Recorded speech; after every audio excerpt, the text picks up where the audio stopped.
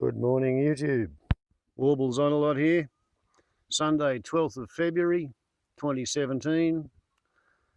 Preparing for what used to be called the Outsiders, but now it seems to be called the Round Table Discussion. In light of Cory Bernardi's defection from the Federal Liberal Party, we're asking the question, is Australian politics on the right splintering? And what does it mean? Now, Senator Bernardi's colleagues in the coalition have quite understandably tried to convince him to stay inside the tent, but when he walked, they unleashed. Here's the Education Minister, Simon Birmingham. This is something of a dog act for the hundreds of thousands of South Australians who voted for the Liberal Party at the last election. Now, Bernardi's defection, we'd all known about this for some time, and he says it's not about him, it's about a political home for like-minded conservatives. This is not the Cory Bernardi Party. This is a party for Australian conservatives. It is a safe outlet for those who don't want to vote for one of the major parties, but share the vision that the Australian conservatives have for Australia. So where will this new movement fit within that increasingly crowded space amongst minor parties on the right? Is the splintering of the right reflecting global trends? And what does it all mean for the established centre-right Liberal Party? Well, we've got a great panel here to discuss all this. Politics columnist and a former advisor to John Howard, Paula Matthewson. G'day, Paula. Nice to meet you. Good morning. Historian John Nethercote, adjunct professor in the Public Policy Unit at the Australian Catholic University. G'day, stranger. Hi, good to talk to you. And Hayden Manning. He's associate professor at Flinders University in South Australia. Hi there, Hayden. Yeah, good morning, Tom. Now, John, let's start with you. How does Bernardi get traction with this new movement, the Australian Conservatives? Well, he's certainly got a battle on his hands, I would say, but he really represents a strand in conservatism which is identified with moral issues. It's a consequence of the base of the old conservative side of politics in the nonconformist churches. They used to be very interested in temperance.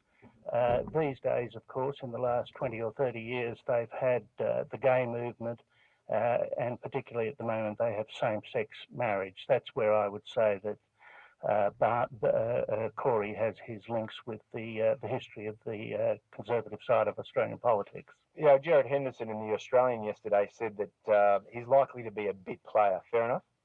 Oh, I would say that history would certainly point in that direction. The closest example of a precedent to Bernardi's initiative would be Billy Hughes back in 1930. Now, Billy Hughes had an enormous national standing, enormous energy and quite a following in the country, and even he gave up after a year or so. Yeah, well, of course, Hughes went from the Labor Party to the Conservatives during World War I. I think he said, I didn't leave my party left me. Hayden, Cory Bernardi says he wants to give Conservative voters another option. Here he is. The minor parties are growing exponentially because people have lost faith in the major parties. Now, I want to give them a viable, a credible, and a principled alternative in which they can vote. Hayden, what distinguishes Bernardi's conservative movement from other right-wing parties such as One Nation? Well, my own starting point was actually very South Australian, and it's family first for the point of comparison. You can't find any.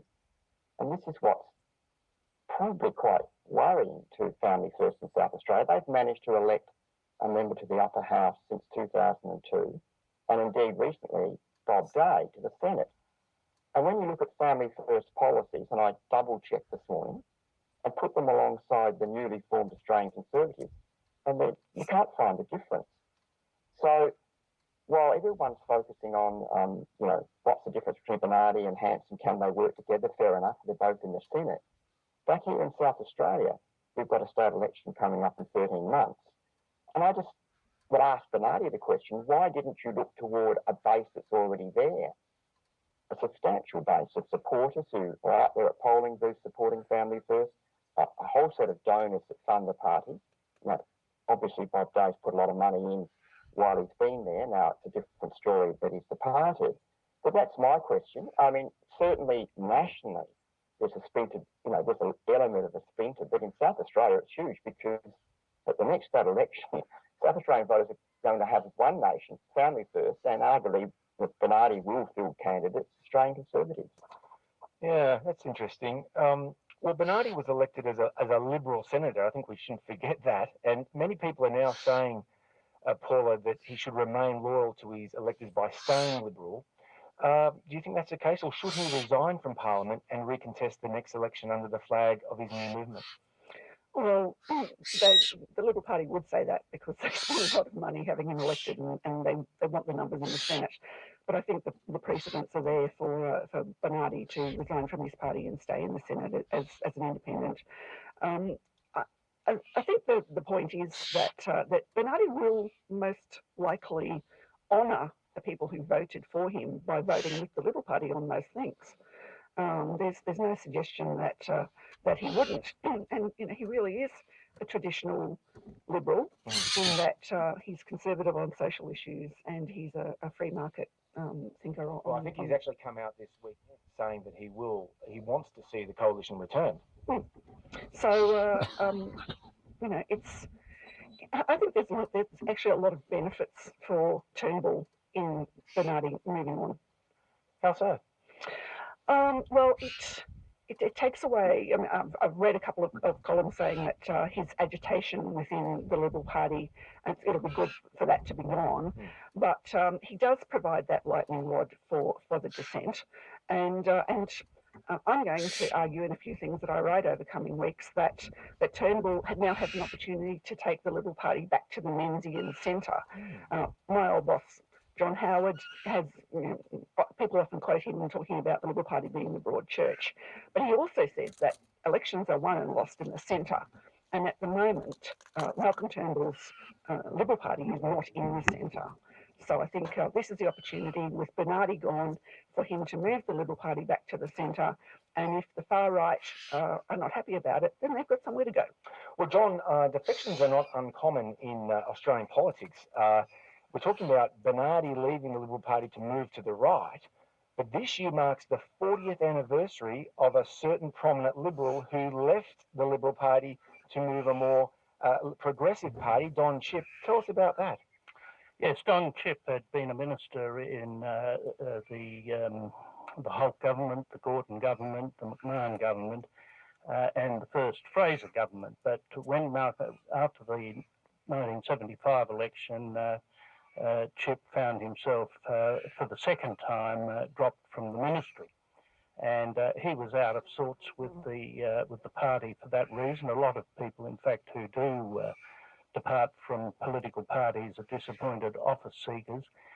He was unhappy. He was unhappy with the colour of the Liberal Fraser's government, which was seen as very right wing, whereas Chipp had always seen himself on the Liberal side, what might be called the small L Liberal side. And in 1977, he decided to resign from the Liberal Party.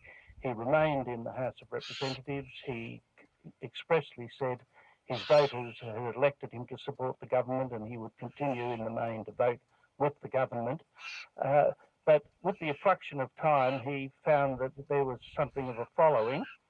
It partly emerged from the old Australia Party, which had been established back for the 1966 election as a Liberal Party, or people who identify with the Liberals but opposed to the Vietnam commitment. And Chipp more or less picked up that particular stream on the edges of liberalism. He found himself elected to the Senate for Victoria, and he brought another senator in from New South Wales, and indeed the party steadily built itself up over 20 or so years, but of course, as we know, it didn't survive. This is fascinating because at the time, Malcolm Fraser has always maintained that he was a progressive and a smaller Liberal, but you're saying here Chipp left Fraser's Liberal Party because it was seen as too conservative. Yes, well, that was Fraser, or more particularly his admirers, recasting him. But when he, for the first 20 or so years, or indeed 30 or so years of his political career, he was very much, it's probably not right to say a right-winger, but he was definitely of a conservative and he wasn't keen on government activity. He was one of the first to try privatisation. A long-standing theme of his had been restraint of government public expenditure.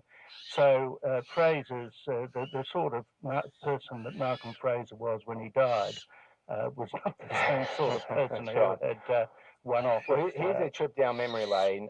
March 24, 1977, so nearly 4 decades ago, Chip, when he announced his decision to leave the Liberal Party, he said, quote, "The party seemed to polarise on almost every issue, sometimes seemingly just for the sake of it, and I wonder if the ordinary voter is not becoming sick and tired of the vested interests which unduly influence political parties and yearns for the emergence of a third political force." Paula, the more things change, the more they stay the same. Absolutely. And I mean, I think that's one of the problems with commentary and analysis around politics these days. There's not many of us that have been around that long to have seen these circular things taking place. And I find that part of the issue with this sort of a knee-jerk reaction that this is a bad thing for Turnbull, that with the Conservatives splintering as they are, that this could be the end of the Liberal Party, where in fact it could be the beginning. It could be a new beginning. Well, Hayden, how would you respond to that? Could the loss of Bernardi be a good thing in the long run for Malcolm Turnbull?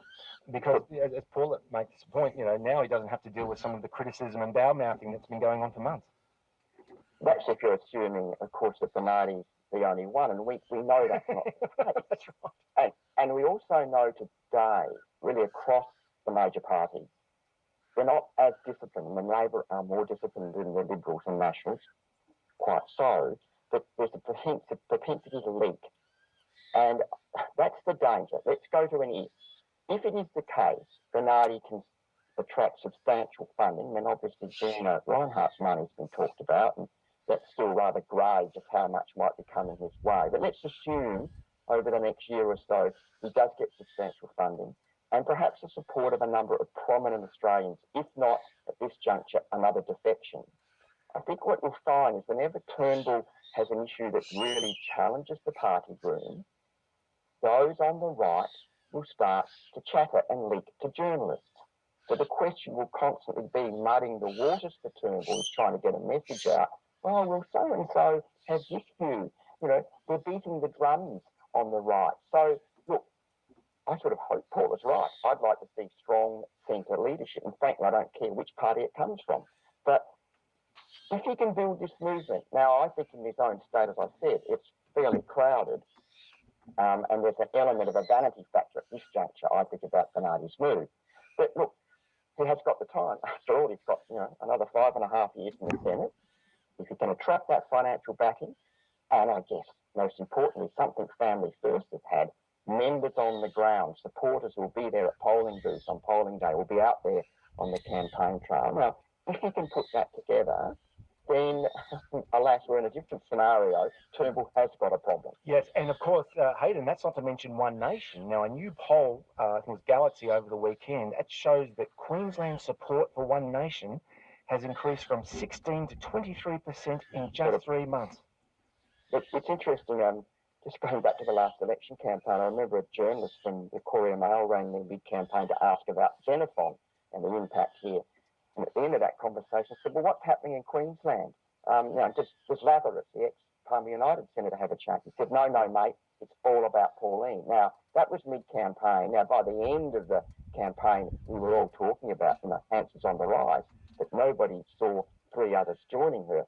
And to my mind, that's the most significant story, alongside our big international stories of 2016. Well, Hayden, you may not remember this, but I do. In the late 1990s, you wrote an op-ed piece for me at the Financial Review saying that One Nation may be defeated, but if Canberra continues to ignore the plight of regional folks who are struggling to deal with economic and social dislocation, One Nation will come back, and that's precisely what's happened. Now, finally, the Prime Minister started the week with a disturbing poll, 54-46 in the two-party preferred, according to the Australian newspaper's news poll.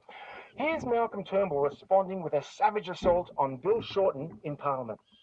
There was never a union leader in Melbourne that tucked his knees under more billionaires' tables than the leader of the opposition. He lapped it up. Oh, yes, he lapped it up. Members on my he right. was such a sycophant, a social climbing sycophant, if ever there was one. Now, Paul Kelly at the Australian, among others, Okay, got a cut now.